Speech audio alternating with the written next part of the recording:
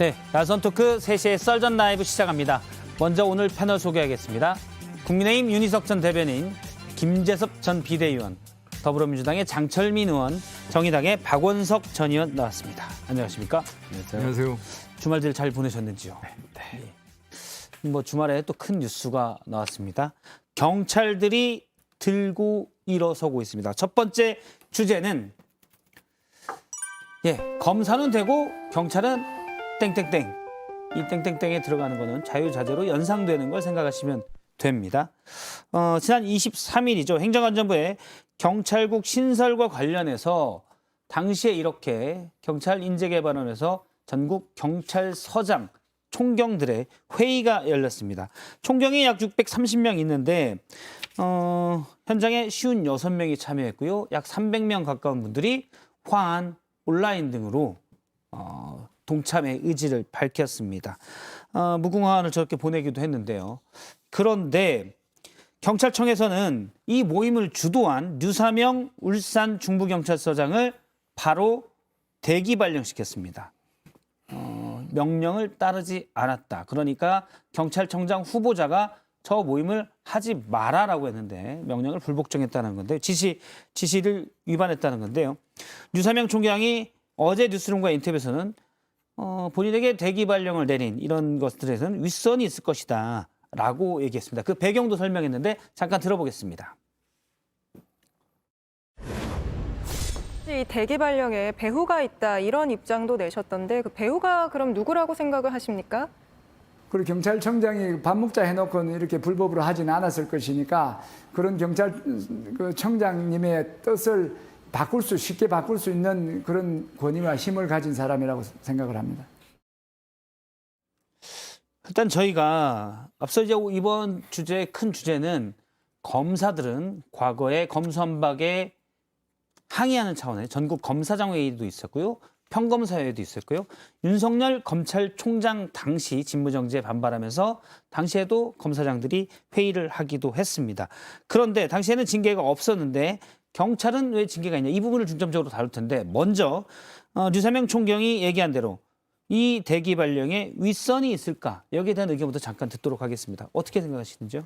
글쎄요, 뭐 윗선이라는 얘기를 함으로써 지금 이 반발하는 어떤 본인들의 어떤 명분을 더 세우려고 하는 얘기 같아요. 윗선이라고 하는 걸 어디까지 생각하냐 하는 것도 아마 본인들 머릿속에 있는 것 같고 확인되지 않는 거 아닙니까? 어쨌든 경찰청장 직무 대리가 이 회의는 부적절하다고 하지 말라고 얘기를 한 상태에서 이걸 강행함으로써 나온 조치이기 때문에 여기서 말하는 윗선을 경찰청장 직무 대리라고 저는 봅니다. 일단 류사명 총경의 얘기는 회의 끝나면 밥 한번 먹자. 뭔 얘기하냐. 그리고 회의 내용을 좀 알려달라는 그러니까 경찰청 지휘부에서 그런 의견이 있었는데 끝나자마자 대기 발령을 내렸다. 대기 발령 내리고 밥 먹는 건 아니잖아요. 그래서 뭔가 다른 힘이 들어간 건 아니냐라는 주장입니다. 아니 뭐 그렇게 보기 충분하지 않겠어요? 그 회의가 진행 중이던 중간에 갑자기 해산 명령이 내려오고 그리고 회의 끝나고 나서 이 대기 발령과 그다음에 감찰을 하겠다라는 게 이제 공언이 나왔잖아요. 근데 그 전에 사실은 경찰청장 내정자가 오늘이죠, 오늘 회의 이후에 저 유사명 총경하고 만나서 좀 회의 내용을 보고를 해주고 얘기를 좀 나누자라고 해서 저 유총경이 오늘 휴가를 내놨대요. 아침에 방송하는 걸 들었더니. 근데 중간에 이렇게 갑자기 이제 강경한 태도로 돌변을 한 건 단지 경찰청장 내정자의 뜻만이라고 보기가 좀 어렵고 경찰청장 내정자도 어쩔 수 없는 힘이 작용하지 않았겠냐. 뭐 행안부 장관이거나 혹은 더 그 위거나 뭐 그렇게 볼 수밖에 없는 상황이죠. 근데 뭐 말씀하신 대로 그럴 수도 있는데 그렇지 않을 수도 있는 거거든요. 그러니까 확인되지 않은 내용을 가지고 우리가 윗선 여부를 함부로 이야기하기는 어려울 어떻게 것 확인이 같고. 돼요, 세상에. 그러니까요. 근데 지금 마치 우리 추정하는 거지. 저분께서는 확실히 있다. 뭔가 있는 것 같다. 라는 식으로 던져놨거든요. 근데 이거는 책임을 져야 되는 얘기잖아요. 예를 들면 직무대리 선에서 판단한 내용과 이러면 이른바 그 윗선 행안부 장관이든지 그것이 대통령실이든지 했을 때 오는 여파가 다른데 그럼 거기에 대해서 책임을 져야 되는데 그럼 어느 정도 최소한의 근거는 가지고 얘기해야 된다는 것이죠. 근데 그런 근거도 없이 그냥 뭐 아마 윗선일 것이다 이렇게 쉽게 바꿀 일이 없다라는 말 가지고 그냥 던질 만한 사안은 저는 아니라고 봐요. 네. 근데 윗선이 있다고 보는 게 사실 굉장히 합리적인 추론이기 때문에 저희가 이렇게 얘기를 하는 거잖아요. 그러니까 경찰청장 후보자가 뭐 나중에 이제 경찰청장이 되시고 임명되고 그 다음에 이제 일들을 한다고 생각해 보면 총경의 거의 과반이 넘는 분들이 취지에 적극적인 공감 의사를 표하고 이 많은 숫자가 지금 참여하는 이런 내용을 바로 이렇게 거친 이 조치를 취한다.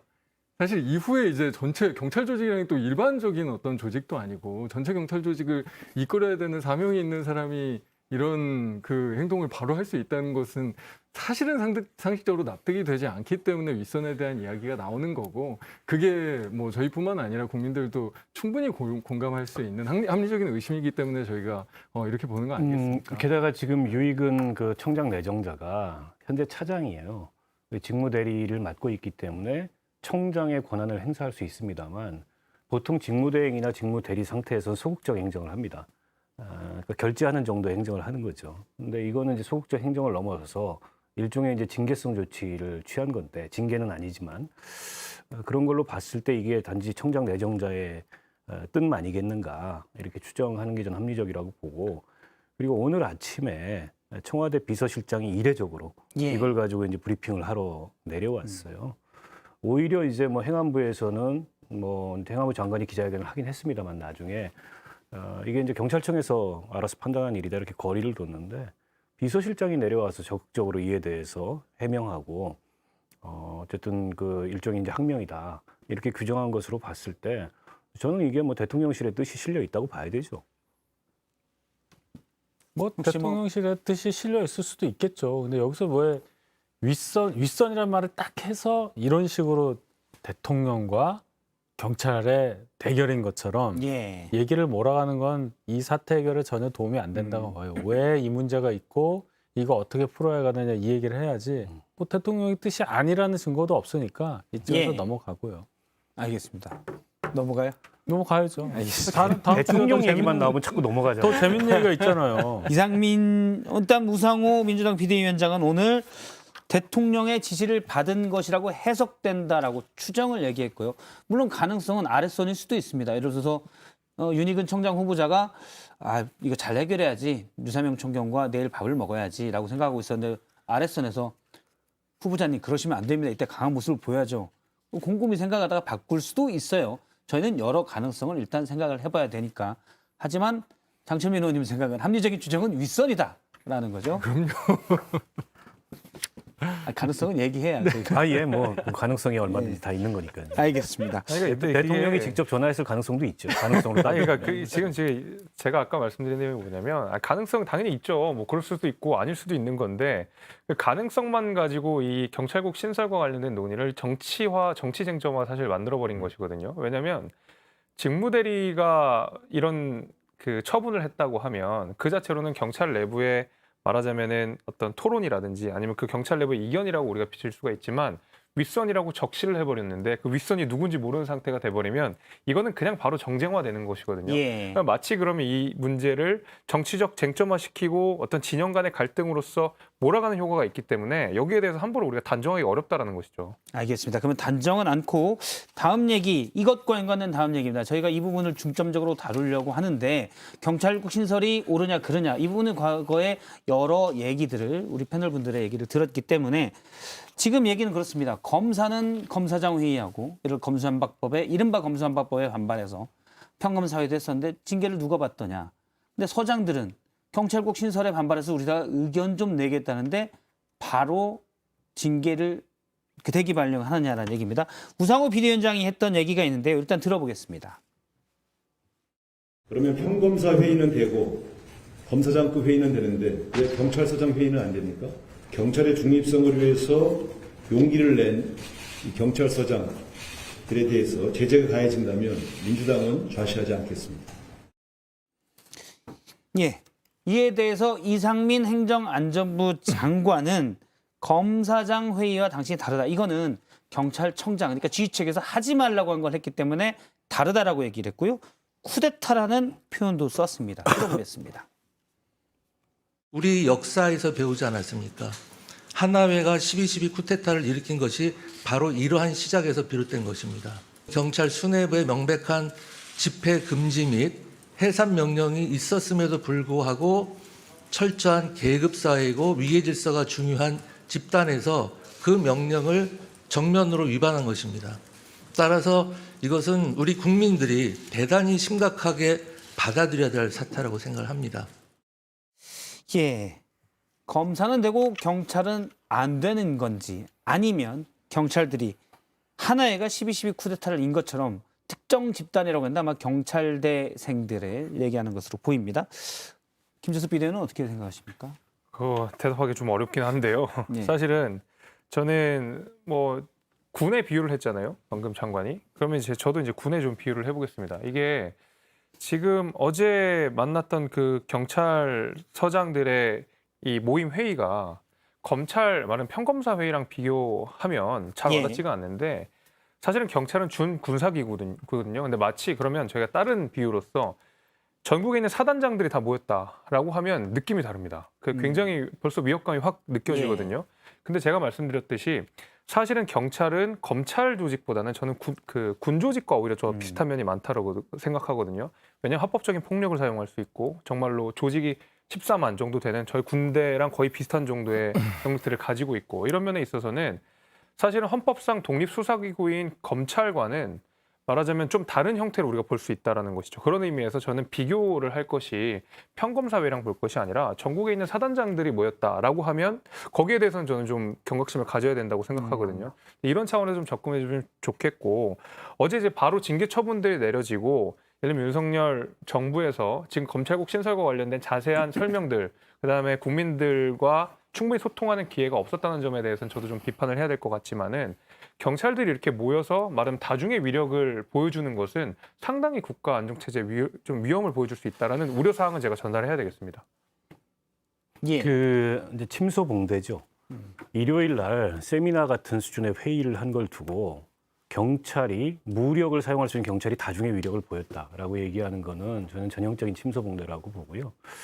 그러니까 복무규정 위반이라고 했는데 복무규정 위반을 찾아보니까 딱히 복무규정 위반에 떨어지는 게 없어요.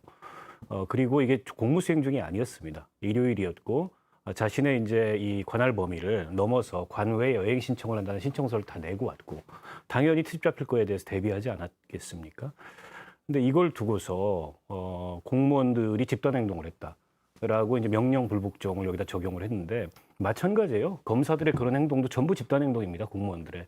검사는 되고 경찰은 안 된다는 게 공무원법 어디에도 없어요. 물론 이제 그 내막을 들여다보면 검찰들은 검찰총장이라는 인사권자이자 명령권자가 조장을 했고 그런 것들을 정권과 충돌하면서 이 경우에 경찰 지휘부는 이 사태에 경찰의 정체성과 위상에 중대한 변화를 미치는 사태에 입국 다물고 아무 말도 안 하고 있고 내부 의견 수렴조차 안 하고 있으니까 그에 대해서 일선 경찰들이 우리의 의견이라도 좀 모아서 상부에 건의를 하자라고 모여서 회의한 걸 가지고 무슨 쿠데타다. 마치 이게 준무력기구가 모여가지고 자신들의 위력을 집단적으로 과시했다라는 것은 전형적인 침소봉대고 행안부 장관의 주무장관의 어떻게 보면 이 권한을 넘어선 법률적인 범위를 넘어선 권한 행사에 이어서 이런 식의 말하자면 침소봉대 내지는 기본적인 문해력마저 좀 의심케 하는 쿠데타 발언이 오히려 저는 훨씬 더 위험하다고 봅니다. 그래요? 행안부 장관의 문해력까지 나왔습니다. 말씀하신 대로 검찰에서 반발했던 양상하고 문재인 정부 말기에 이번하고는 전혀 달라요. 그때 검수완박법안에 반대해서 김호수 검찰총장을 포함한 전체 검찰들이 반발하는 상황이었기 때문에 그때 있었던 평검사 회의라든지 뭐 검사 회의라든지 이것하고 지금의 이 경찰서장들하고 회의는 성격이 다르다. 이 말씀을 먼저 드려야 됩니다. 이거 되게 중요한 얘기고. 또 조금 더 가면 검수완박 관련해서 반발했었던 때는 수사권 조정으로 인해서 국민들이 직접적으로 입게 될 여러 가지 피해 또는 국민들이 피해 구제를 받는 데 있어서의 어려움, 이런 민생과 직결되는 사항에 대해서 검찰에서 반발한 것과 달리 이번 건은 그냥 경찰들 얘기예요. 본인들이 뭔가 뭐 통제를 받는 것에 대해서 이러면 우리는 안 한다든지 경찰 조직 내부에 국한된 얘기란 말이에요. 그래서 그거를 같이 보면 검찰은 되는데 왜 경찰은 안 되느냐라고 얘기를 하려면 이 비교가 좀 비슷해져야 되는데 전혀 그렇지 않다. 예. 그 점을 제가 말씀드립니다. 근데 진짜 부적절한 게 그러니까 저는 솔직히 이 발언 듣고 이상민 해안부 장관의 장관 자질과 이거에 대한 심각한 그 우려가 생겼거든요. 그러니까 첫 번째로는 그럼 뭐 검사들 같은 경우에는 성공한 집단이니까 권력 획득에 일종의 이제 성공한 쿠데타냐 이런 얘기도 바로 나올 수 있고 저는 사실은 아까 김재섭 비대위원이 군대에 비유한 거를 똑같이 비유했는데 저는 그 인식 자체에 아주 심각한 문제가 있다고 생각합니다. 군대가 아니에요. 경찰이 군대가 아닙니다. 이거는 사실은 진짜 경찰을 군으로 보고 완전히 통제하겠다는 발상이 없으면 이런 얘기 나오기 쉽지 않거든요. 그러니까 경찰국 신설이 가지고 있는 일종의 정치적이나 행정적인 의미를 경찰권에 대한 완전한 통제를 통해서 정권에 부역하게 하겠다라는 그런 의도를 의심받고 있는 거거든요. 그 상황에서 경찰을 군으로 인식하는 그것도 행안부 장관이 민주주의 질서를 어떻게 보면 수호해야 되고 이 경찰권의 아주 민주적인 그 행사에 대해서 조력해야 되는 행안부 장관이 이렇게 군처럼 경찰을 인식하고 있다라는 그런 아주 잘못된 인식을 그대로 보여줬다라는 것 자체가 아니요, 이거는 행안부 예. 장관으로서의 어떤 자질이나 이건 진짜 일할 뭔가 이 자질이 완전히 부족해 잘못돼 있다라는 생각이 들더라고요. 자, 군과 경찰이 다른 게 분명히 있지만 한번 보십시오. 이번에 검수완박법 통과됨으로써 경찰은 지난번에 국정원의 국내 정보 기능이 없어짐으로써 갖게 되는 정보 독점력을 가진 상태에서 수사권을 다 갖게 돼버렸어요. 이 두 개를 다 갖고 있는 거대 조직이 된 겁니다. 인원은 14만 명이에요. 우리 군 병력이 이제 뭐 60만에서 좀 줄어서 뭐 50만대 뭐 이 정도 되지 않습니까? 이 군을 제외하고는 가장 인원이 많은 단일 조직이에요. 그리고 얘기했다시피 무력을 사용할 수 있어요. 물론 군대라는 뜻은 아닙니다. 그 예를 하나회 12.12 든 거에 대해서는 뭐 분분한 의견이 있을 수 있겠습니다만은 경찰이 이런 식으로 14만이 되고 14만이 되는 군대 그 병력을 갖고 있다고 볼 수도 있는 무력을 사용할 수 있는 인원을 갖고 있는 이 거대한 조직에 대해서 아무런 통제 장치도 없이 그냥 갈 수는 없는 거잖아요. 그리고 왜 이 정부 들어서 이렇게 하느냐? 정부 출범 직전에 검수완박법 통과됨으로써 경찰 조직이 이렇게 커졌고요. 두 번째는 민정수석실을 없앴기 때문에 뭔가 경찰에 관련한 견제를 할 만한 조직이 필요했던 거예요. 그래서 행안부에 경찰국을 만들겠다는 얘기부터 시작된 건데 예. 왜 그거는 민정수석실에 그럼 지배를 받던 경찰은 경찰 독립이고 행안부 장관이 행안부에 경찰국을 만들어서 경찰과 어떤 관계를 맺겠다 하는 것은 경찰 독립이 아닌지 그 지점을 얘기해야 되는 게 맞다고 봐요. 그러니까 첨언을 좀 하자면, 그러니까 제가 군 조직과 비교를 해서 이제 말씀을 드렸는데 기본적으로 우리가 합법적으로 총칼을 사용할 수 있는 집단은 사실은 군대와 경찰밖에 없는 건 사실이고 그런 의미에서 경찰을 우리가 준군사기구라는 이름을 씁니다. 그래서 제가 군에 준해서 그에 대한 감시와 통제도 이루어져야 된다라는 측면에서 말씀을 좀 드린 거고 우리나라 경찰이 사실은 다른 나라의 경찰과는 좀 다른 면들이 분명히 있습니다. 그 힘과 권한에 있어서 우리나라 같은 경우에는 행정경찰이랑 사법경찰이 나눠져 있지 않았고 사실상 국가와 자치경찰도 나눠지지 않은 일원화된 체계에서 굉장히 막강한 힘을 가지고 있고 게다가 문재인 정부 내에서 국정원과 검찰에 대한 수사권들도 거의 대부분 박탈되어 있는 상황에서 경찰한테 굉장히 많은 힘이 실려져 있는 거는 우리가 부인할 수 없는 사실입니다. 그리고 이들이 말하자면 의사결정을 할 수 있는 고위 간부들이 모여서 회의를 한다는 것 자체는 저는 다중의 위력을 충분히 시사할 수 있다고 생각해요. 왜냐하면 다중의 위력이라고 하는 것은 본인들이 의사하든지 여부와 상관없이 제3자가 봤을 때 이 다중들이 모인 것을 통해서 무언가가 일어날 수 있다. 거기에 대해서 어떤 위협이 가해질 수 있다라고 하면 그걸 우리 다중의 위협이라고 인정할 수 있는 부분이거든요.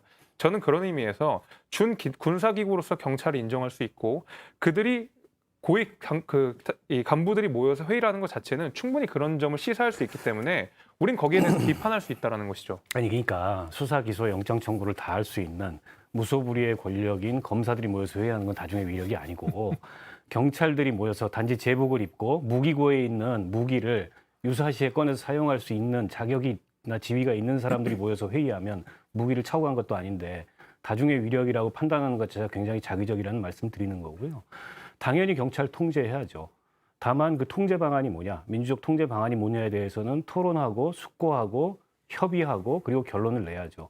이렇게 입법 예고 4일 만에 후딱 처리할 문제가 아니고 31년 전에 법을 개정하면서 행안부 장관의 업무에서 치안과 경찰 업무를 배제했어요. 명시적으로 없습니다. 그러면 이게 검찰 업무를 법무부 장관이 관할할 수 있는 거는 법에 그렇게 돼 있어요. 검찰 업무를 관할할 수 있도록. 이거는 이제 경찰 독립성의 역사가 다른 겁니다. 검찰하고.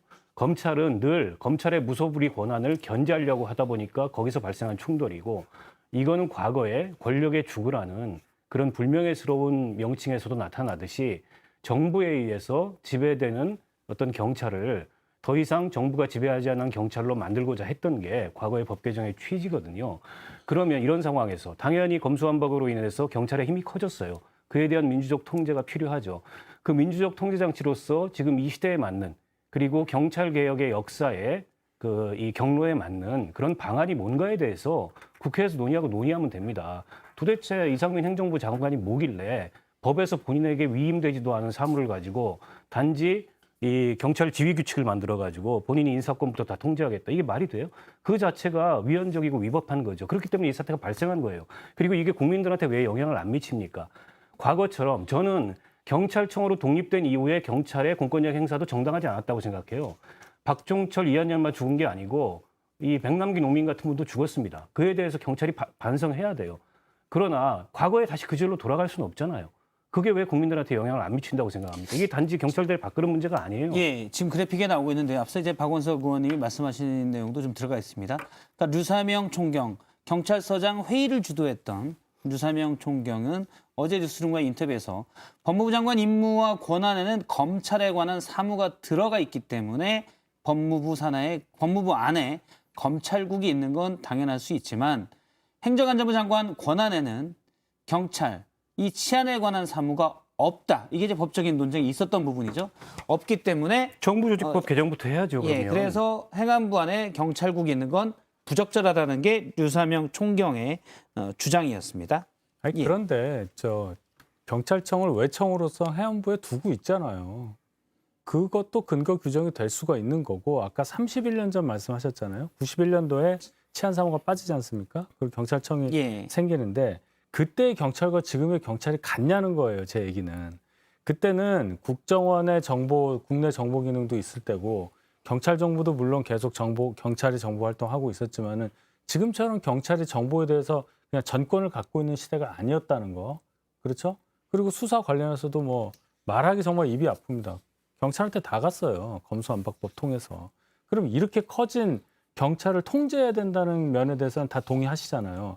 그 방법을 행안부 밑에 그 경찰국을 두겠다는 거. 여기에 대해서 이제 반발하시는 건데 그러면 예를 들어서 민정수석실에서 그냥 하는 거는 그것도 나쁜 거잖아요. 그것보다는 이게 나은 거예요. 아니요. 저는 그것보다 나을 게 없다고 보고요. 그 민정수석실의 경찰 통제 기능을 행안부로 옮겨놓는 거와 다를 바 없다고 보고 이를테면 지금 국가경찰위원회가 있어요. 근데 위상이 행안부 자문기구입니다.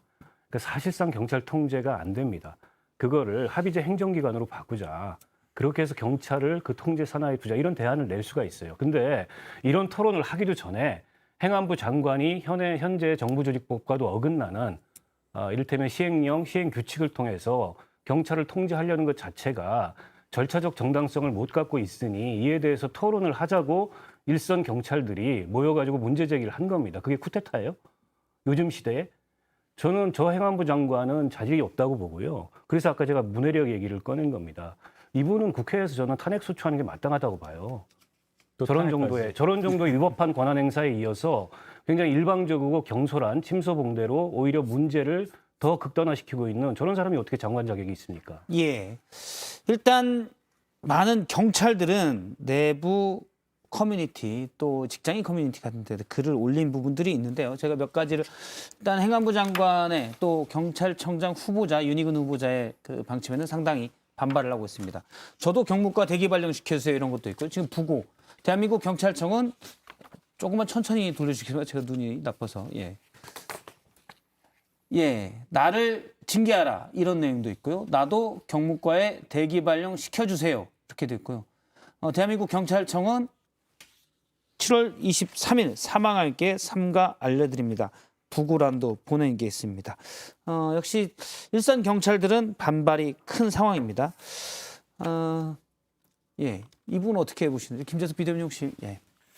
글쎄요, 제가 뭐 아까 전에 이제 말씀드렸던 내용이랑 뭐 같은 그 맥락일 텐데요. 그러니까 뭐 토론이 할 수 있습니다. 토론을 할 수 있는데 우리가 지금 첫 번째로 우리 정부에서 사실은 조금 급하게 간 게 있어요. 우리가 시행령을 공포한 지 이제 나흘 만에 사실은 이게 조금 빠르게 진행된 면이 좀 있지만 사실은 그 정부의 설명이 좀 부족했다라는 것을 인정하더라도 이렇게 집단적으로 사실 경찰 내에서 반발을 일으킨 것은 초유의 사태잖아요. 그러니까 저는 여기에 대해서는 좀 약간 경계심을 가져야 된다고 생각을 하거든요. 예. 그러니까 제가 뭐 과도한 경계심인지는 모르겠습니다만은 합법적으로 무력을 사용할 수 있는 집단이 이렇게 모인다는 것 자체는 저는 굉장히 큰 경각심을 가져야 되는데 이것이 마치 이제 정치적 견해가 다르고 경찰국 신설에 대해서 반대를 하고 라고 해서 단순히 이것들을 그냥 합법적인 절차에 의해서 회의를 했다라고만 봐서는 안 된다고 생각합니다. 굉장히 경계심을 갖고 봐야 된다고 예. 생각을 하고 그런 부분에 있어서 정부도 비판하고 견제하고 또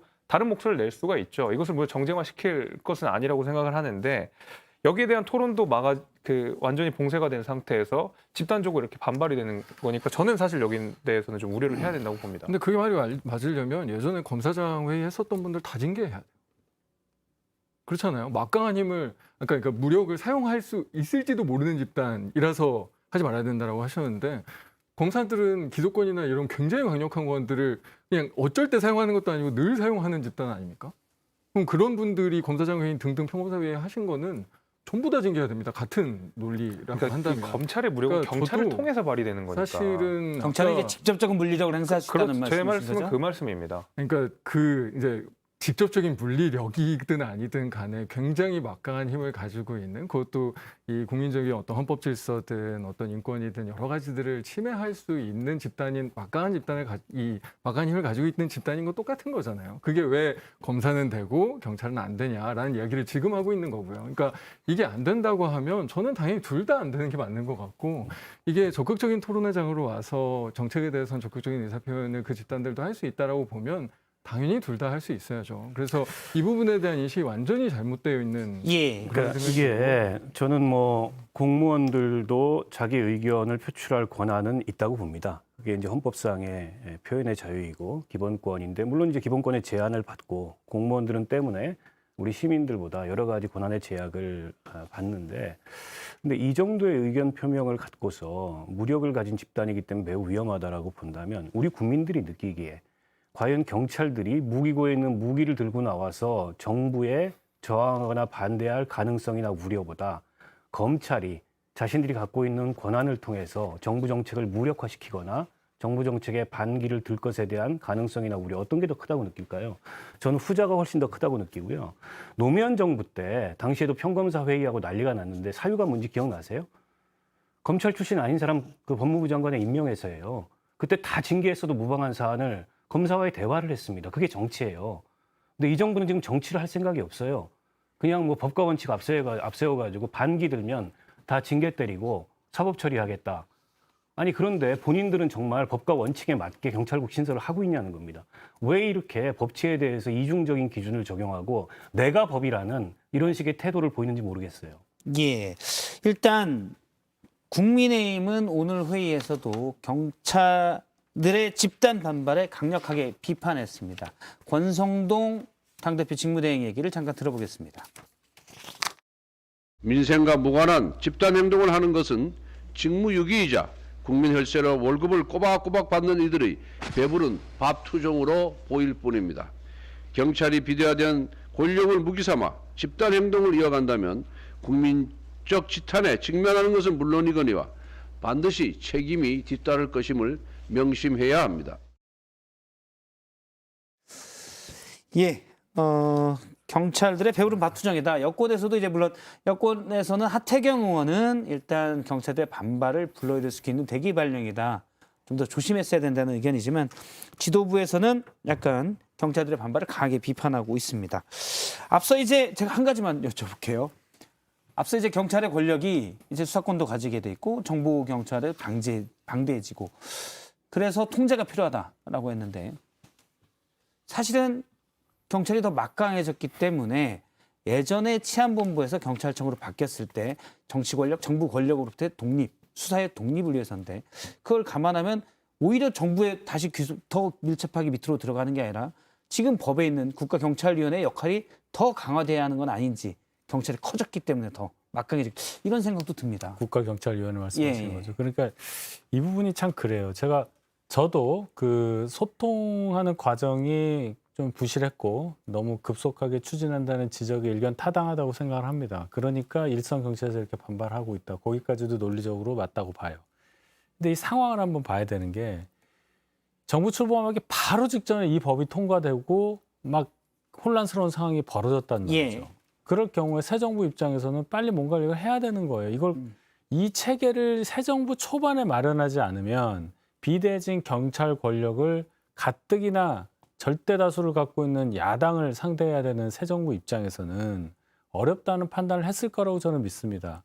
그런 차원에서 행안부 안에 처음부터 준비를 막 시작을 했었죠. 그 처음에 장관 임명되면서부터 그런 과정에서 나온 것이기 때문에 이 인사를 가지고 어느 정도는 통제할 수 있다는 생각하에 간 것인데 행안부에 뒀기 때문에 지금 경찰이 반발하는 이 논리 거기에 대해서는 저는 지금으로서는 이게 최선이라고 봐요. 이 시간을 그러면 약간 미봉책 같은 거라는 건데 예를 들어서 지금 야당이 훨씬 의석수가 많으니까요. 야당과 여당이 머리를 맞대고 국가경찰위원회의 실질화. 앞서 이제 박원석 의원님도 말씀하셨던 그런 부분인데요. 권한을 보다 민주적 통제를 정부 권력으로부터 좀 독립된 떨어져 있는 상태에서 할 수 있는 그런 기구 논의면 여당은 적극적으로 저는 그 가능하다고 논의에 봐요. 같이 그런 참여할 논의가. 수 있다고 예, 보십니다. 근데 저는 물론 이제 윤희석 대변인 생각이고 예, 제 지금은 개인 또 다를 생각이지만, 수는 예, 예. 있지만 우리가 이제 경찰의 독립성 이야기를 좀 하고 있는데 그 경찰의 독립성은 좀 다른 독립적인 우리가 좀 독립성이라고 하는 개념을 좀 좁게 새겨야 될 것 같다는 생각이 좀 있어요. 왜냐하면 사실은 경찰이 독립적이다라는 얘기는 어쨌든 내각으로부터 분리돼서 독자적으로 예산권도 의사결정권도 행사하겠다라는 것이 사실 원래는 독립성의 의미잖아요. 우리가 사법부의 독립이라고 하는 것은 사법부는 대통령의 명령을 수행하는 기관이 아니고 대통령의 명령이 어떻게 됐든지 간에 사법부는 사법부 나름의 고유의 기능이 있는 것이고 독립적인 의사결정을 하는 것을 우리 사법부의 독립이라고 부르고 있거든요. 예. 근데 경찰청이 독립한다는 얘기는 말 그대로 그 내각이라든지 뭐 행안부 장관이든지 대통령이라든지 저 불법 시위나 불법 폭력에 대해서 엄단을 하시오라는 명령도 거부할 수 있다는 소리입니다. 경찰청장에. 그런 의미에서 사실 경찰청이라고 하는 기관은 애초에 내각으로부터 완벽한 독립이 불가능합니다. 그러니까 사법부의 독립이라는 것도 마찬가지로 판사 개개인이 독자적으로 판단할 수 있고 위계 체계에 대해서 움직이지 않는 것처럼 독립성이라는 의미가 경찰청한테는 완벽하게 적용되기가 어려워요. 그런 의미에서 예를 들면 경찰청이 예. 독립성을 위해서 이런 식으로 우리가 독립성을 확보하기 위해 정책 중립성을 확보하기 위해 우리의 시위가 온당하다라고 하는 것, 우리의 저항이 온당하다고 하는 것은 사실 경찰청이 가져야 되는 독립성의 의미를 잘못 새기고 있는 것이라고 저는 예. 생각합니다. 조금 말이 어려워지는 것 같은데요. 그러니까 저희가 이 지금 권한이 커지니까 경찰이 통제해야 된다라는 얘기는 다 똑같이 공유되고 있어요. 근데 완전히 다른 생각이 저희가 생각하는 통제는 민주적 통제입니다. 권력을 가진 사람, 권력을 가진 집단, 정권에 의한 통제가 아니고 그러면 거대한 권력기관인 경찰이 어떻게 민주적으로 통제될 수 있는가. 그게 경찰국 신설로 하고자 하는 윤석열 정부의 이 방향성이 지금 맞는가라는 의심을 지금 갖고 있는 거거든요. 그래서 통제해야 된다는 것만 같지 전혀 다른 방향성에 대해서 저는 지금 생각하고 이야기하고 있는 것 같아요. 그러다 보니까 지금 이 이야기들이 달라진 것 같아요. 알겠습니다. 자, 여기서 대통령이 이 부분에 대해서 직접 언급한 게 있습니다. 오늘 출근길에 도어 스태핑인데요. 들어보겠습니다. 경찰국 신설 놓고 지금 총경 이어서 중간국도 집단운동 예고 중인데 행안부하고 경찰청에서 필요한 조치들을 잘 해나갈 것으로 보고 있습니다. 예, 사실 과거에는 윤석열 검찰총장 원래 2021년 초로 기억을 하는데 그때 직무정지 당했을 때는 당시 평검사회 검사장 회의를 하면서 집단 반발을 한 적이 있습니다. 그러니까 검사들 반발의 원인이기도 했는데 일단 이번에는 윤석열 대통령은 행안부하고 경찰청에서 필요한 조치를 할 것이다라고 얘기를 했습니다. 또 검찰총경에 이어서 30일 날 경감, 경위 등 전국 현장 팀장 회의를 열자라고 오늘 한 경감이 요구를 했습니다. 관련돼서 뭐 뉴스룸에서 인터뷰가 나올 예정인데요. 그러니까 이제 반발이 좀 전국적으로 또 총경 밑에 계급으로도 좀 확산되는 분위기인 것 같습니다. 지금 짧게 어떻게 보시는지 이렇게 어떻게 이 문제를 풀어야 될지 한마디만 짧게 듣겠습니다. 이렇게까지 자꾸 이거 계급별로 막 내려가서 전국 확대되고 이런 거는 경찰 입장에서 볼 때도 좋을 게 아니에요. 제가 생각할 때는 어쨌든지 간에 경찰청장 직무 대리가 됐든 행안부 장관이 됐든 대화로 풀어야 됩니다. 예, 알겠습니다. 유튜브 오늘 경찰 관련해서 여러 얘기가 있었는데요. 유튜브로 이 현안에 대한 얘기 또 패널에 대한 얘기도 주시면 저희가 관련 내용 소개하고 역시 무작위로 선정해서 좋은 댓글 선정해서 상품권 무작위 한 장씩 맞습니까? 저희가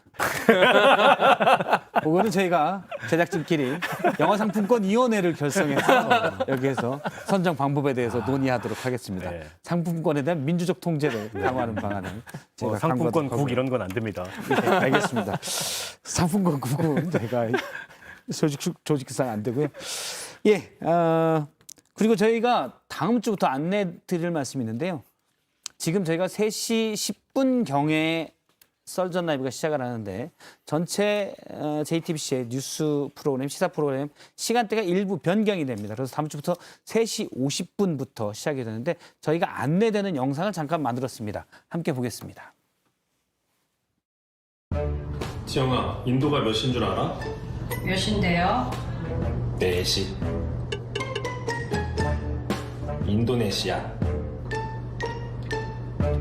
4시에 뭐 하게? 뭐 해요?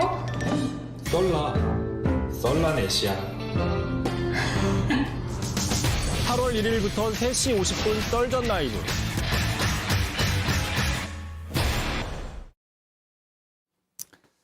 예, 저렇게 저희가 2개가 더 있는데 시간 계산 일단 하나만. 그만 보는 게 좋을 것 같습니다. 아, 그래요? 저도 한편으로 족할 것 같습니다. 네. 저희는 이성대 부장 스타일을 너무 잘 알기 때문에 연기파다. 정말 아카데미 나무 조연상 정도 까면 줘야 된다라고 생각을 하는데. 강주영 아나운서가 좀 곤란해하시는 것 같아요. 영혼을 갈아 넣었네요. 맞습니다.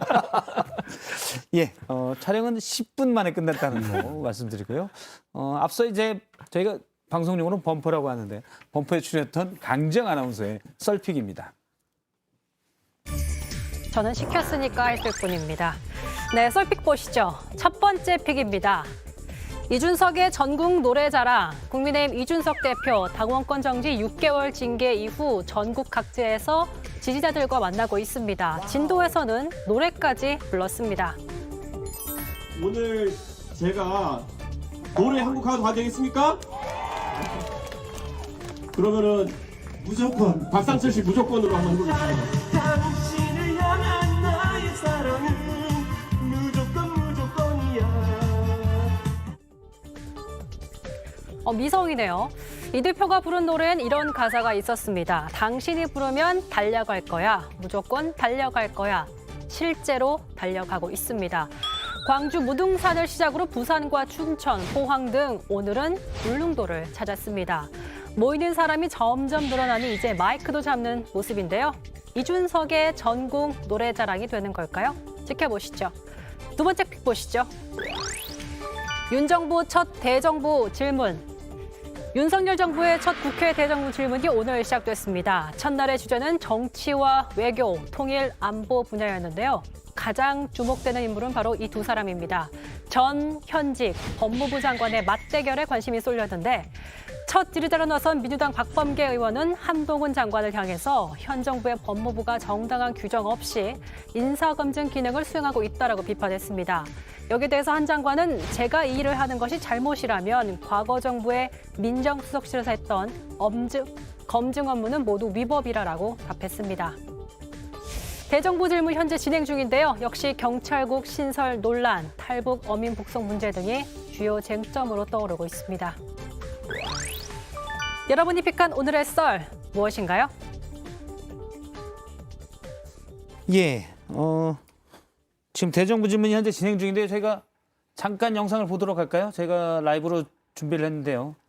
예, 지금 박주민 의원이 묻고 이상민 행정안전부 장관이 대답을 하는 장면입니다. 두 번째는 총장 승인하에 의견을 수렴했던 물러나라고 것이 바로 검사들의 네, 회의였음에 잠깐만 들어보겠습니다. 반하여 다른 형태를 띠고 있다라고 말씀하셨고, 두 번째는요. 이 평검사들은 이제 평검사들일 뿐이고 이번 서장들은 일선 최일선 주요 지휘관이라는 점입니다. 자, 네. 그다음에 마지막으로 물리력 사용 가능한 세력들이 모였다 이렇게 얘기했습니다.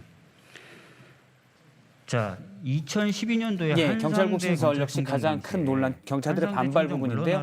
이상민 행정안전부 장관은 평검사는 평검사일 뿐이고 서장은 지휘관이다라고 얘기했습니다. 그러나 아무 문제 원래 없이 이제 지금은 잘 모르겠는데 작년까지만 해도 금지 또는 해산 명령 위반이 되려면 서장보다 평검사가 파워가 셌던 그런 부분들 제가 영화에서 많이 보긴 봤었습니다. 예, 대정부 질문 계속 되고 있기 때문에 제가 또 새로운 소식 나오면 전해드리고요. 이준석 대표 노래 실력은 이준석 대표랑 지역구가 바로 옆인 김재섭 비대위원은 어떻게 보셨습니까? 굉장히 평소에 많이 노래를 하나요? 그러니까 당에서도 이벤트를 할 때 이준석 대표 꼭 노래를 부르시더라고요. 그래서 저희가 지난해 4.7 재보궐선거 끝나고 오세훈 시장을 비롯한 그 캠프 구성원들이 앨범을 하나 만든 적이 있습니다.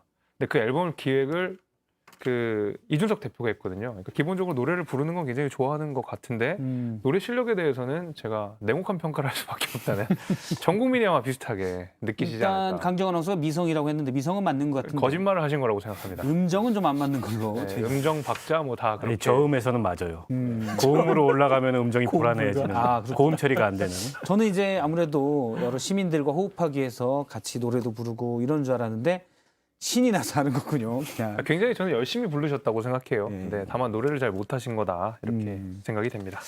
알겠습니다. 지금 뭐 여당 상황도 그렇고 야당 상황도 그렇고 경찰국 신설에 뭐 집단 반발을 오는데 여당 대표만 지금 약간 신나 있는 그런 아니 상황으로 뭐 이준석 보입니다. 대표로서는 지금 달리 할 수 있는 게 없어요. 그렇죠. 현안에서 좀 떨어져서 자기 나름의 정치를 하고 있는 거고. 그러나 여전히 이제 경찰 수사라는 변수가 있기 때문에 저게 성과를 거둘 수 있을지는 모르겠어요. 알겠습니다. 그러면은 저기까지 듣고요. 다음 주제를 보도록 하겠습니다. 다음 주제는 민주당 얘기입니다. 흔들리는 어대명 물음표로 잡았습니다. 민주당의 전당대회가 이제 한 달여 정도 남았는데요.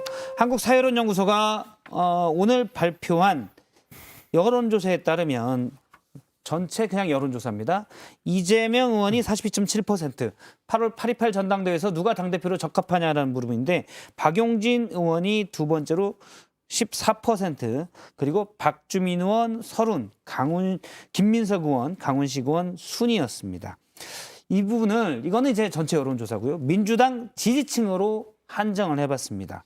그랬더니 이재명 의원의 지지율이 74%로 월등히 높고요. 박용진 의원보다 10배 이상 차이가 납니다. 6.5%. 역시 박주민, 김민석, 서른 의원 순입니다. 지금만 보면 어대명은 어떻게 보면 좀 더 공고해지는 것 같다. 이런 생각도 들고요. 먼저 장철민 의원님께 여쭤볼까요? 분위기는 어떻습니까?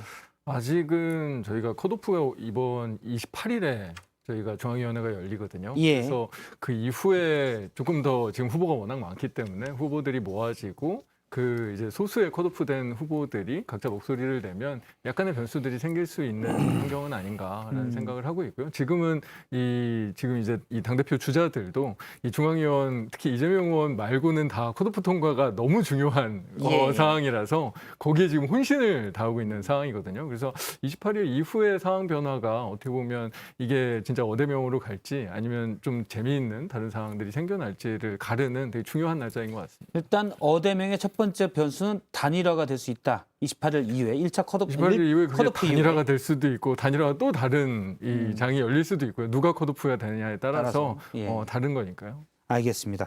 그러면 두 번째 변수로 얘기가 많이 되는 게 바로 박지원 전 비대위원장이 폭로라고 할까요? 얘기했던 지난 개항을 보궐선거에서 이재명 의원이 셀프 공천했다. 그러니까 비대위원들에게 나를 공천해달라고 압박했다고 얘기한 부분입니다.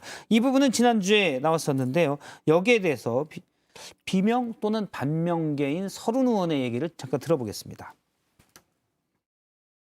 공천 과정이 누가 봐도 좀 이상하다 생각했거든요. 느닷없이 송영길 의원 지역을 가고 송영길 의원이 서울시장 후보로 나오고 뭐 이런 구도를 짜는 거는 누가 봐도 이상하다 했는데, 근데 이제 박지현 전 비상대책위 대표가 한 얘기가 이게 뭐가 흑막이 있었구나. 이건 정치적으로 볼 때 참 이게 안타깝죠. 이런 상황이 있어야 되느냐.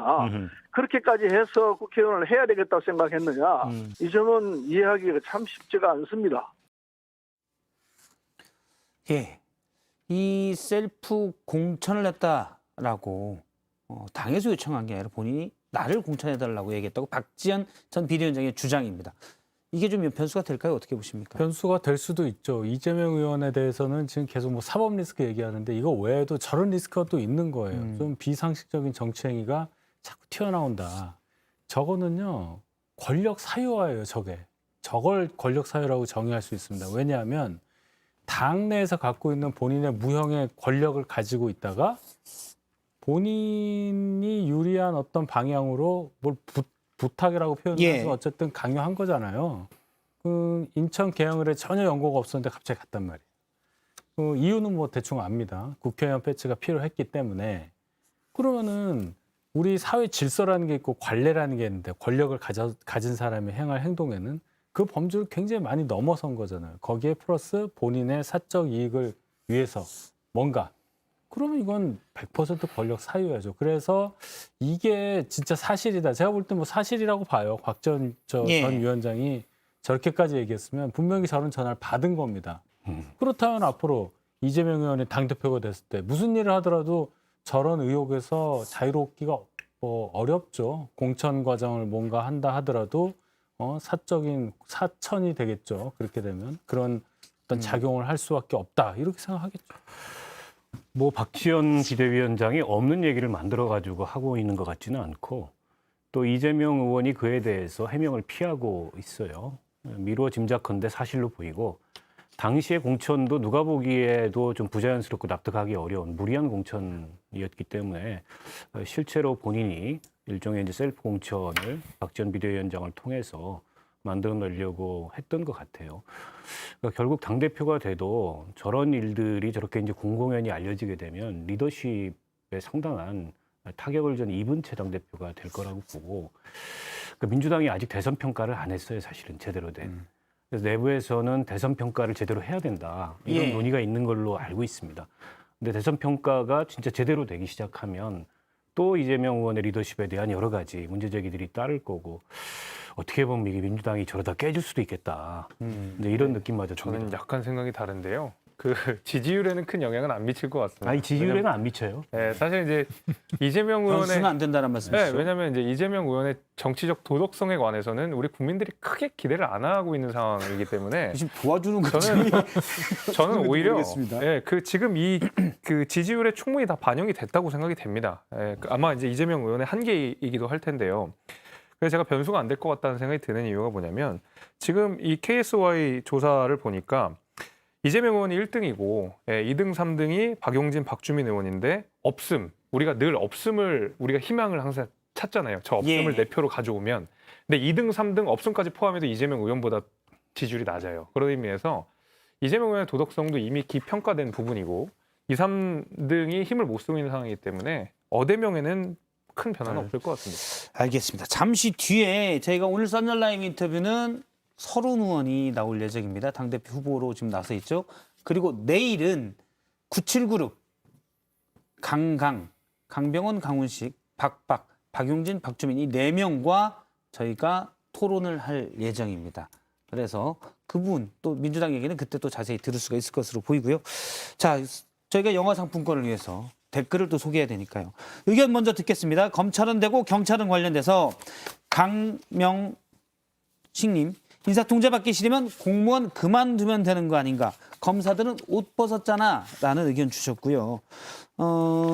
그리고 넘버원님, 민주당이 신속하게 검수완박을 하다 보니 이런 사태가 발생했다. 그리고 명령에 죽고 살아야 하는 군대나 경찰 조직이 명령을 어기면 당연히 처벌받아야 된다라는 의견 주셨고요. 반대되는 의견도 있습니다. 코코님, 검찰이 모이면 애국이고 경찰이 모이면 쿠데타냐? 라는 의견 줬고요. 찬이배님, 검사든 경찰이든 군대가 아니다. 무슨 할 말도 못하고 무조건 찍소리 안 하는 건 구시대적인 생각이다. 라는 의견도 주셨습니다. 예, 그리고 영화 티켓 관련된 의견 잠깐 하면요. 오늘 영화 티켓은 대기 발령 중인 유사명 총경님께 드립시다. 라고 김효신 님이 의견을 주셨습니다. 이거 나중에 기회가 되면 저희가 좀 고민을 해보도록 하겠습니다. 지금은 그럴 분위기가 아닐 것 같아요. 권병준님, 그냥 티켓 주면 안 될까요? 33년 머리 쓰다가 퇴직했는데 문구 만들다 스트레스 받고 있습니다. 안 볼 수도 없고 그냥 주시면 안 되나요? 안 됩니다. 편히 살려고 하시면 안 돼요. 더 고민하십시오. 다음 주중에 좀 고민하시는 적을 주시면 드리겠습니다. 폭풍 똑띵님, 몰래 동창회 갔다 마누라한테 징계당했어요. 카드 압수, 아부좀하게 영화표 주세요. 요거 지금 경찰 요 사태를 약간 비유해서 한 겁니다. 저기 앞에 권병준님은 힌트를 얻으세요. 이분 영화표 갑니다. 현재 상황을 잘 풍자해서 아부좀하게 영화표 좀 주세요라고 했습니다. 몰래 동창회 갔다가 징계를 받았다는. 징계받아 마땅한 것 같은데. 예. 마땅하다는 의견도 있습니다. SHJ님, 댓글 알바 수준으로 댓글 제보 기능한데 로또보다 힘드네요. 의견 고맙습니다. 예. 썰져 보면서 박원석 의원님 완전 팬 되었네요. 하시는 말씀마다 최고십니다. 윤채맘님이신데요. 이런 류의 댓글이 자주 오는데 네. 혹시 지역구에 이렇게 같은 분들에게 그걸 또 제가 내놓고 얘기하겠습니까? 알겠습니다. 장철민 의원님한테 이런 댓글은 처음 온 것 같아요. 많이 왔는지 모르겠는데 저희 작가가 처음 올린 것 같은데. 장철민 잘생겼다. 끝. 처음 왔어요? 벼락부장님인데 혹시 아시는 분 있어요? 모르겠습니다. 알겠습니다. 그 망사 얘기구나 아니구나. 아니, 망고조아님이 보내신 거네요. 제가 망자가 확 띄어가지고 했는데 예. 오늘 여기까지 하고요. 앞서 폭풍 똑띵님 동창회 얘기하신 분, 요 분 드리고요. 일단은 유사명 총경님께 지금 드릴 분위기는 아닌데 의견을 주셨으니까 김효진님께도 드리도록 하겠습니다. 그냥 눈에 띄는 대로 드린 겁니다. 이거 민주적 통제에 따라서. 네. 예, 알겠습니다. 오늘 내용 말씀 여기까지 듣겠습니다. 고맙습니다. 감사합니다.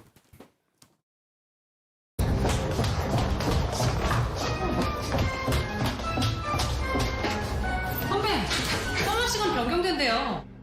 몇 시? 8월 1일부터 3시 50분 썰전 라이브.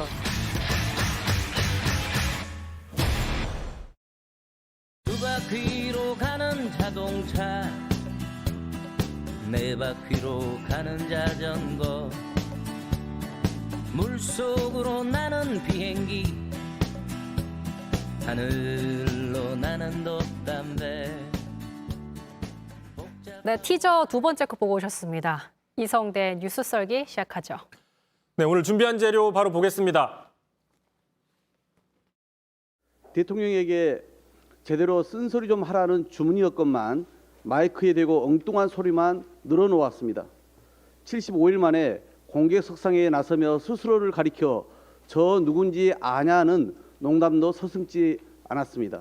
근데 내 누군지 아니? 뭐 그거까지 알아야 되니?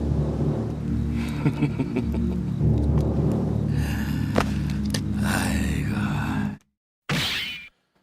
자, 누군지 알게 된 김대기. 김대기 대통령 비서실장이 어제 대통령실 기자실을 깜짝 방문했다고 했습니다. 거기서 이제 본인이 내가 누군지 아느냐라고 했다는 건데 어떤 상황인지 설명해 주시죠. 네, 그렇습니다. 보통 내가 누군지 아느냐라는 질문을 할 때는 크게 두 가지가 있습니다.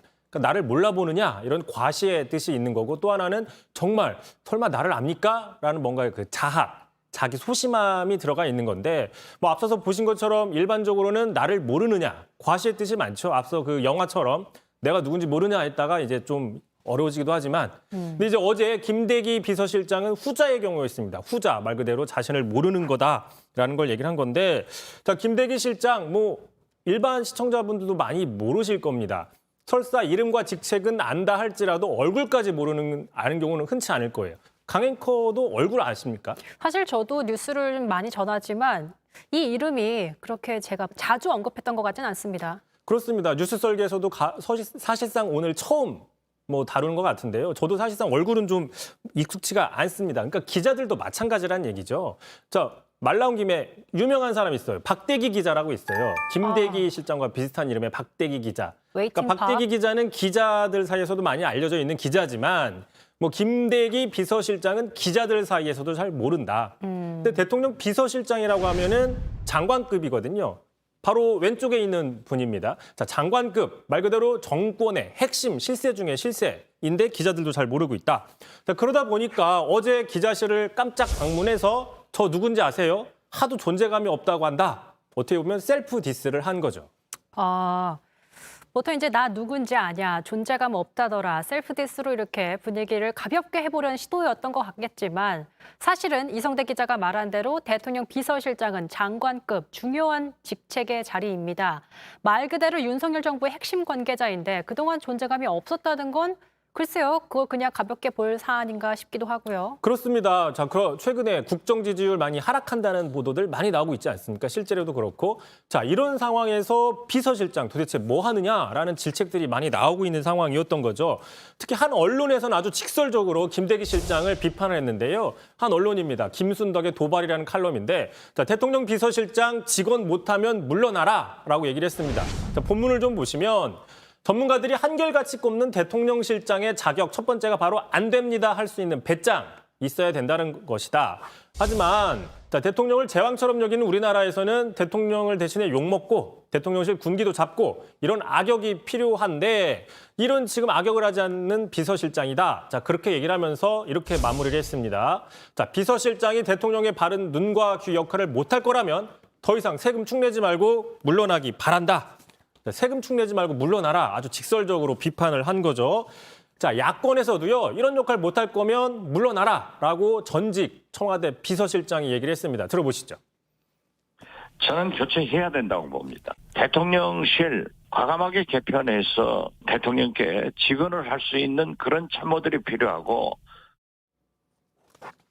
그래서 결국에 비서실장에 대한 이런 비판 여론이 여든 야든 터져 나오니 뒤늦게 어제 그런 자리를 마련한 측면도 있다라고 볼 수 있는 거네요. 그렇습니다. 이제 그 대통령실에 대한 개편, 쇄신론, 물러나라 이런 얘기들이 나오니까 김대기 실장이 일단 본인이 직접 나서서 전면에 나서서 돌파하겠다라는 의지를 좀 드러낸 걸로 보이는데요. 실제로 어제 뭐 기자실에 갑자기 나타난 겁니다. 사전 조율 없이. 자, 그리고 또 하나 있습니다. 최근에 대통령이 이런 얘기를 많이 했었죠. 자, 장관들, 참모들 스타가 돼야 된다. 나는 뒤로 가도 되니 참모들, 장관들이 스타가 돼야 된다. 적극적으로 소통해라. 이런 얘기를 했단 말이죠. 한번 들어보시죠. 검찰에 있을 때도 그런 뭐 검사장들이나 검사들 중에 이게 총장이 유명해지는 게 중요한 게 아니고 일들 잘 하고 이렇게 해서 스타 플레이어들이 많이 나오는 조직이 성공한 조직이다라는 얘기를 늘 해왔고 뭐 그 맥락이라고 보시면 될 것 같습니다. 최근 지지율 하락을 원인으로 각종 현안 관련 메시지 논란 등이 꼽히자 대통령이 이제 언급을 좀 줄이고 대신에 이제 참모, 장관들이 직접 나서서 적극적으로 뜻을 밝혀라라고 해석되고 있기 때문에 이런 광경들이 나오는 거잖아요. 그렇습니다. 스타가 되라. 그러니까 먼저 좀 나서서 대국민 설득을 해라, 홍보를 해라, 뭐 이런 얘기인 거죠. 자, 적극적으로 나서라는 얘기에는 뭐랄까요, 난맥상을 좀 해결해봐라라는 의미가 깔려 있는 거죠. 자, 하지만 이제 김대기 실장 같은 경우에는 대신 나서긴 했습니다. 하지만 그 지지율 하락의 원인으로 지목이 받고 있는 뭐 여러 가지 인사 문제들, 장관 후보자들 잇따라 낙마한 거, 사적 채용 논란. 또 그다음에 지금 경제 문제 이런 것들에 대해서 어제 자리에서는 시원하게 답을 하진 않았습니다. 오히려 자 이런 상황인데도 오히려 나 누군지 아느냐? 뭐 존재감이 없다고 그러더라. 뭐 이런 이야기 뭐 좀 썰렁한 뭐 인도네시아보다도 훨씬 더 썰렁한 이런 이야기를 하면서 분위기 파악을 못했다라는 지적까지 나왔어요. 자, 그러다 보니까 야권에서는 김대기 실장 등의 인사 책임자 문책하고 대통령실 개편해야 된다. 그다음에 전직 청와대 비서실장 자, 누군지 아냐 이렇게 묻는 건 너무나 부적절했다. 윤 대통령 대단히 불행하다라고 얘기를 했어요. 그러니까 어떻게 보면 나서긴 했지만 좀 더 긁어부스럼을 만든 셈인 거죠. 그러니까 결과적으로 김대기 실장이 대통령의 지시대로 직접 나서서 존재감을 보여주고 소통하려고 시도를 했습니다만 참모진 교체 여론, 뭐 여러 가지 질문들이 쏟아졌지만 시원한 답변하지 못해서 여론을 잠재우기 좀 부족했다라는 평가잖아요. 일단 그 교체 여부에 대해서는 뭐 차치하고라도 존재감은 그런데 확실히 보여주긴 했다. 이런 분석을 해볼 수 있는 게 자, 어제 그 즉석 간담회에서 가장 주목을 받았던 게 바로 이 발언이었죠. 자, 김대기 실장 전국 그 경찰서장 회의에 부적절하다라고 얘기를 한 겁니다. 자, 이 발언이 일제히 김대기 실장 이름으로 헤드라인에 많이 나왔지 않습니까? 언론의 주목을 받았는데 자, 류사명 울산 중부 서장 대기 발령이잖아요. 그 류 서장 대기 발령이 정당하다고 김대기 실장이 이야기를 한 겁니다. 자, 야당에서는 아니 소통하겠다, 스타가 되라고 해서 먼저 나왔다라고 했는데 처음 나오자마자 한 이야기가 경찰을 압박하는 거다라고 비판을 했어요. 들어보시죠. 김대기 비서실장이 올라탔다는 것은 대통령의 지시를 받은 것이다라고 우리는 해석합니다. 하필이면 대통령 비서실장의 첫 등판이 경찰 장악 관련된 일과 관련해서라니 정말 어이가 없습니다. 그러니까 지금 야당에서는 김대기 실장이 총대를 맸다, 뭐 이런 분석까지 하고 있습니다. 그러니까 첫 등판에서 이런 발언을 했기 때문에 더욱더 관심이 많이 쏠린 것 같은데 하지만 대통령 비서실장이 이제 2달 넘어서 처음으로 공식 언론과 만난 자리에서 국민이 기대했던 존재감은 사실 저런 발언할 거란 기대를 하지 않았기 때문에 이게 또 논란이 된 거라고 봐요. 뭐 그럴 수도 있습니다. 자, 그래서 오늘 키워드 다시 한번 보겠습니다. 자, 이제는 누군지 알게 된 김대기라고 잡아볼 수 있는데요. 자, 비서실장까지 여야 정쟁에 뛰어들기보다는 자, 지금 지지율에 반영되는 국민의 뜻이나 또는 어려운 경제 사정 등을 잘 살피겠다 이런 이야기를 통해서 국민 기대감을 키워주는 것, 뭐랄까요? 김대기 실장에 대한 기대감을 키워주는 것 이런 게 더 필요하지 않냐 이런 분석이 나옵니다. 어쨌든 국민들이 기대하는 건 정말 쓴소리를 할 수 있는 그런 비서실장이 아닐까 싶습니다. 지지율은 그런데 마냥 기다려주진 않겠죠. 빠른 시일 내에 그런 모습을 좀 볼 수 있었으면 좋겠네요. 이성대 뉴스 설계 여기까지 하고요. 내일은 민주당 당대표 토론으로 하루 쉬니까요. 수요일에 뵙겠습니다. 수고하셨습니다.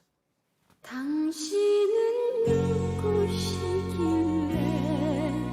내 마음 가져갔나요? 당신 때문에 울고 있어요. 당신 때문에 웃고 있어요. 네, 오늘 8월 28일 민주당 전당대회죠. 지금 누가 당대표가 되느냐 관심이고요. 그리고 며칠 뒤면 1차는 아닙니다. 컷오프가 있습니다. 그래서 내일 이른바 979로 분류되는 2명의 강 의원, 2명의 박 의원과 토론을 할 예정인데 그에 앞서 별도로 또 몇 명은 인터뷰를 합니다. 오늘은 당대표에 출마한 민주당의 서른 의원과 스튜디오에서 얘기를 좀 나눠보겠습니다. 안녕하십니까? 네, 반갑습니다. 서른입니다. 네, 안녕하십니까? 오늘 발표된 한 여론조사에서 일단 당대표 후보 전체 국민 여론조사에서 4등했습니다. 그래픽을 잠깐 보면 4.2%의 지지율인데 이재명 의원이 42.7%, 10분의 1입니다. 어떻게 보십니까? 압도적이네요. 그러나 이 나머지 부분들을 보면요. 42.7%가 있다면은 50% 넘는 부분들이 이재명 의원을 지지하지 않는다고 해석할 수도 있거든요. 예. 때문에 나머지 부분들이 힘을 다 합치면은 1대1로 붙으면 대응할 수 있다. 이런 결론도 나옵니다. 논리상으로 보면은. 컷오프가 된 다음에 3명이 남지만 1대1 구도면 된다는 말씀이시죠? 그렇죠. 해볼 만한 싸움이 되는 것이죠. 이재명 의원에 대한 호불호가 확실합니다. 우리 당 내에서도 좋아하는 분은 좋아하지만은 이재명 안 된다는 사람도 50% 가까이 있다고 봐야 되죠. 그분들에게 호소를 해서 우리가 당을 살려내야 한다. 힘을 합쳐서 좋은 당을 만들자.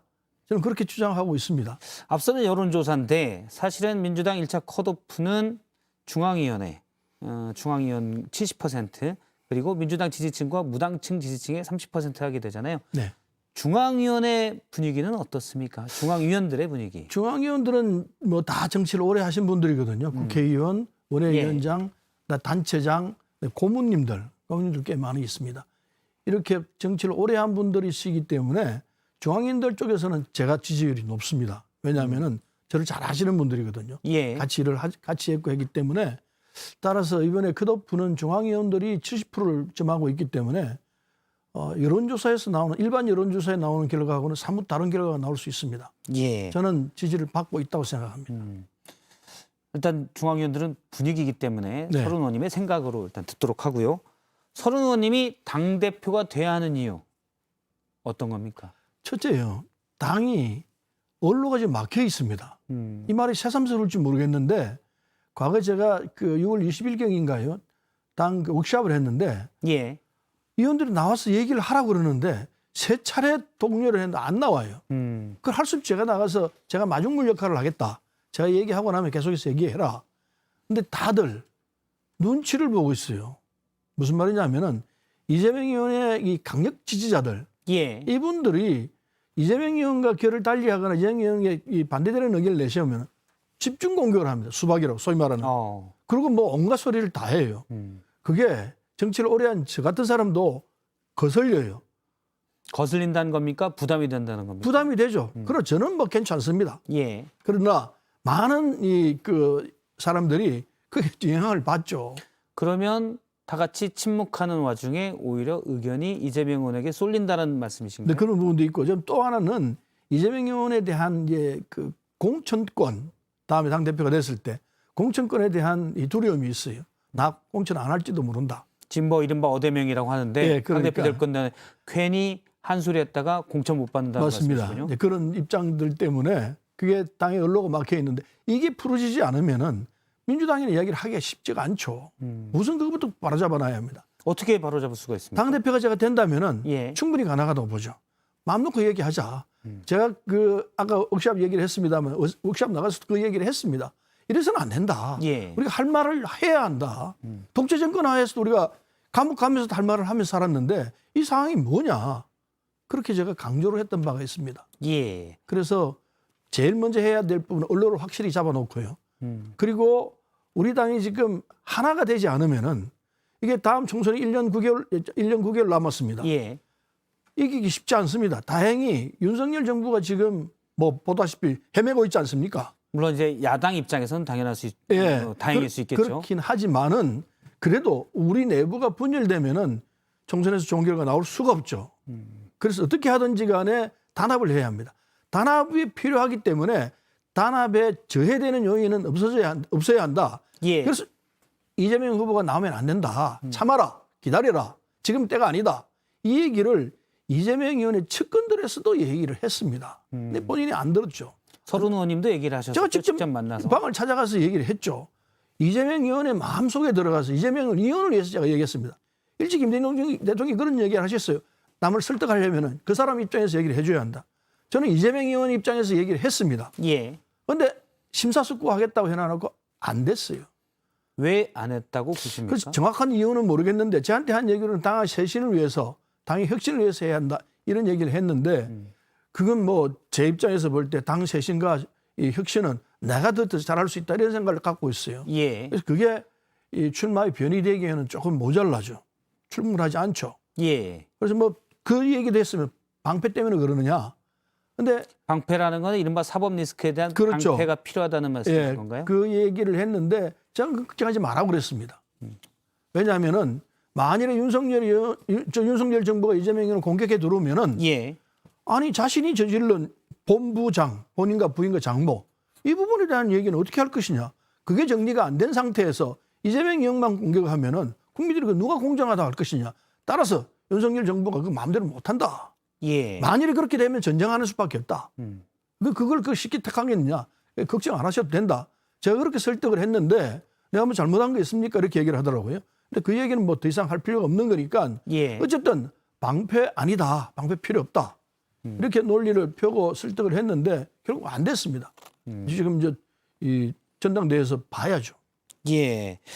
이재명 지금 사법 그러면 이것부터 여쭤보죠. 앞서 이제 내가 왜 당대표가 돼야 하냐라는 그 당의 쇄신, 네. 특히 언로가 막혀있기 때문에 풀으려면 이재명 의원이 아닌 내가 돼야 된다고 하셨잖아요. 그렇습니다. 예. 근데 앞서도 봤지만 지지율은 현재는 낮은 상황입니다. 그렇습니다. 다른 후보들이 다 힘을 합치면 컷오프 이후에라고 얘기를 하셨는데 단일화에 동의하시는 거죠? 전적으로는 동의합니다. 지금 시간이 없기 때문에 현실적으로 해내기는 만만치 않지만은 예. 그래도 컷오프하고 나면 세 사람이 남지 않습니까? 이재명 의원 들어간다고 봐야 합니다. 나머지 두 사람이기 때문에 예. 두 사람 사이에 뭐 단일화는 아주 쉽게 된다고 보죠. 그래서 단일화에서 크게 뭐 여론조사나 이런 방식으로 뭐 어떤 두 사람- 방식이든 간에 예. 예. 저는 오히려 중앙위원회에서 결정한 부분 그걸 존중해서 예. 더 많은 득표를 한 사람에게 몰아주자. 발표는 안 하게 됐는데. 예, 그렇죠. 보통 컷오프 결과는 발표를 안 하잖아요. 예, 순위는. 발표를 안 하는데 알 수 있으리라 생각해요. 그냥 추가로 하지 말고 컷오프 순위로 단일화를 하자는 말씀이시죠. 그렇죠. 여기서 이제 2등과 3등의 단일화를 해서 이재명 의원이 1등 될 가능성이 크니 이재명 의원 대 2, 3등 단일 후보가 붙는 1대1 구도로 가야 된다는 말씀이실 거죠? 그렇죠. 그게 가장 합리적일 거라 생각합니다. 알겠습니다. 지금 다른 동의가 안 된 상황인 거죠? 후보들 전체는? 네, 뭐 다른 방법이 있겠다는 생각을 하는데 어떤 더 좋은 방법이 있으면 그걸 따르기로 했습니다. 앞서 이제 이재명 의원이 당대표 출마하는 이유는 이른바 방탄 때문이 아니냐라는 것도 직접 이재명 의원에게 물어봤다고 했지 않습니까? 네. 이재명 의원은 그런데 사법 리스크는 여당의 고발로, 국민의힘의 고발로 검찰이 나선 건데 이게 어떻게 리스크냐, 정치 보복이다라고 했습니다. 어떻게 보십니까? 근데 일반적인 시각에서 보면은 사법 리스크가 있다고 보는 것이 상식이라고 생각합니다. 예. 이재명 의원에서는 자기가 저질른 잘못이 없기 때문에 나는 아무 상관없다 이렇게 얘기할지 모르지만은 제3자가 보는 입장에서는 저희에게는 아니다. 예. 있다 분명히. 이렇게 보는 것이 그게 뭐 일반론이라고 생각합니다. 저는 일반론에서 사법 리스크가 있는 것이 사실이다. 저는 그렇게 보고 있는 거죠. 다시 한번 여쭤볼게요. 사법 리스크가 있는 게 사실이다라는 건 어떤 겁니까? 사법 리스크가 있다라는 것이 객관적인 사실 아니냐 이런 얘기죠. 많은 사람들이 사법 리스크가 있다고 생각하고 있고 우리 당을 지지하는 이재명 의원을 지지하는 많은 분들이 사법 리스크는 없다. 그건 조작된 거다. 이렇게 말하지만은 객관적인 상황에서 사법 리스크가 있는 거 아니냐 이렇게 보는 거죠. 사법 리스크라는 말을 좀 더 규정을 해야 될 것 같은데요. 사법 리스크라는 거는 어떤 예를 들어 백현동도 있고 성남FC, 법카, 경기도 법카 여러 가지가 있지 않습니까? 이 부분에 관해서 이재명 의원이 법적으로 책임질 부분이 있다라는 말씀이신지 아니면 여당에서 이걸 공격할 테니까 이걸로 우리가 방어하니라고 이 자체가 우리에게 부정적인 효과가 될 거다라는 건지. 뭐 둘 다인데요. 그러면 이재명 수사 의원이 결과를 지금 우리가 지켜봐야 되는데 예. 우리 수사권이 있기 때문에 상세한 내용은 모릅니다. 그럼 겉으로 드러나 있는 내용에서는 저 정도면 이건 문제가 있다고 볼 수밖에 없다. 이건 상식이죠.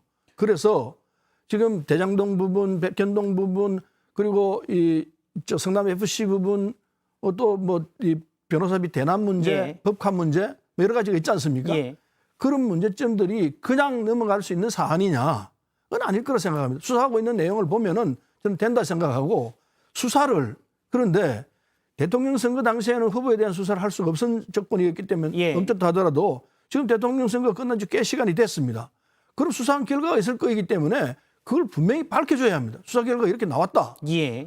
지금까지 안 나온다면 말이 안 되죠. 그와 함께 반드시 해야 될 건 아까 얘기했듯이 본부장에 대한 부분도 확실하게 해라.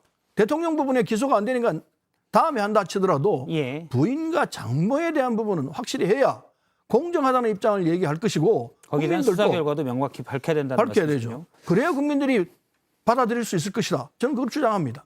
일단 이른바 본부장 의혹에 대해서도 검찰이 명확한 입장을 내놔야 된다고 말씀하셨고 같이 나와야 한다고 보죠. 앞서 언급한 것 중에는 예를 들어서 사법 리스크에 이재명 의원이 책임질 부분도 있다라고 생각한다라고 말하셨기 때문에 그러면 이재명 의원이 주장한 여당의 고발로 생긴 정치 보복이다. 여기에는 동의하지 않는 다고 봐야 됩니까? 동의하기가 쉽지 않을 거라 생각합니다. 예를 들면은 지금 대장동 부분에서는 대장동으로서 구축되어 있는 사람들이 다 이재명 의원의 측근이고 이재명 의원이 예. 직접 지명했습니다.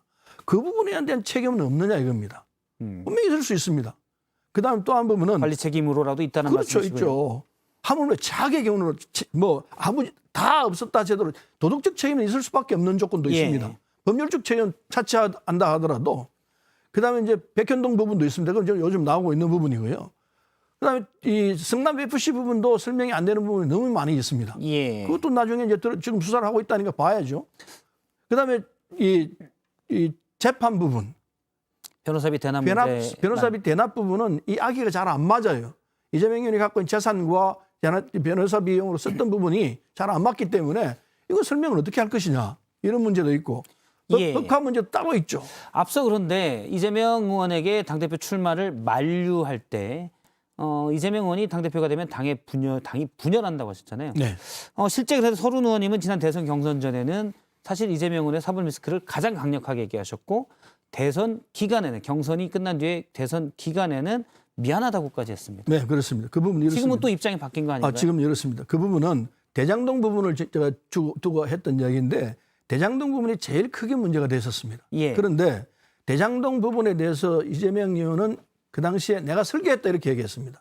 근데 대장동 부분에서 수많은 돈이 오고 갔습니다. 예. 엄청난 돈이 오고 갔습니다. 많은 사람에게. 그래서 저는 상식적으로 이건 이재명 의원도 돈을 받았을 것이다. 발표는 안 했습니다. 속으로 그렇게 생각했습니다. 예. 그래서 공격의 한 부분으로 생각했습니다.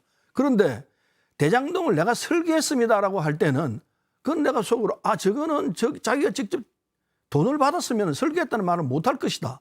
돈은 안 받은 게 확실하겠구나. 예. 그래서 그 점은 내가 잘못 짚었구나. 그 점은 내가 미안하구나. 공개적으로 제가 그렇게 얘기를 했습니다. 내가 미안하다고 생각한 부분은 돈을 안 받았을 것 같은데 제 짐작으로는 그걸 받았다고 생각한 건 내 잘못이다. 그런 속으로. 예. 그래서 그건 공개적으로 제가 내 마음의 얘기였지만은 제가 터놓고 얘기했던 겁니다. 그러면 만일 이재명 지금 상황상에는 뭐 현실적으로는 이재명 의원이 당대표가 될 것이라고 보는 사람이 많기 때문에요. 네. 만약 당대표가 되면 서른 의원님은 다시 힘을 합쳐서 할 겁니까? 아니면 지금 예시하는 거, 그 사법 리스크가 있다고까지 얘기했으니까 인정할 수 없습니까? 당연히 검찰 측에서 발표하는 내용을 봐야 할 겁니다. 예. 봐야 되고 저는 이재명 의원이 법적으로 문제가 있다고 보여지는 부분에 대해서는 옹호해서는 안 된다고 생각합니다. 그러나 내용을 살펴봐야지 지금 판단해서는 할 수가 없습니다. 단 아까 말씀드린 대로 윤석열 본부장 부분이 정리 안 된 상태에서 일방적으로 이재명 의원만 공격해 들어오면은 그때는 참을 수가 없죠.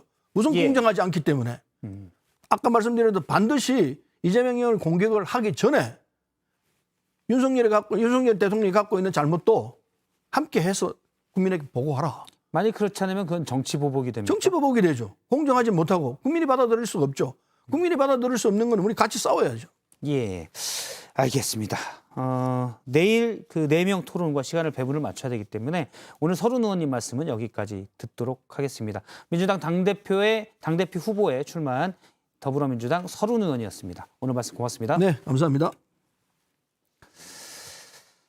네, 오늘 썰잘라면은 여기까지입니다. 계속해서 정치부회의가 예정입니다. 저희는 내일 오후 3시 10분에 다시 뵙겠습니다. 고맙습니다.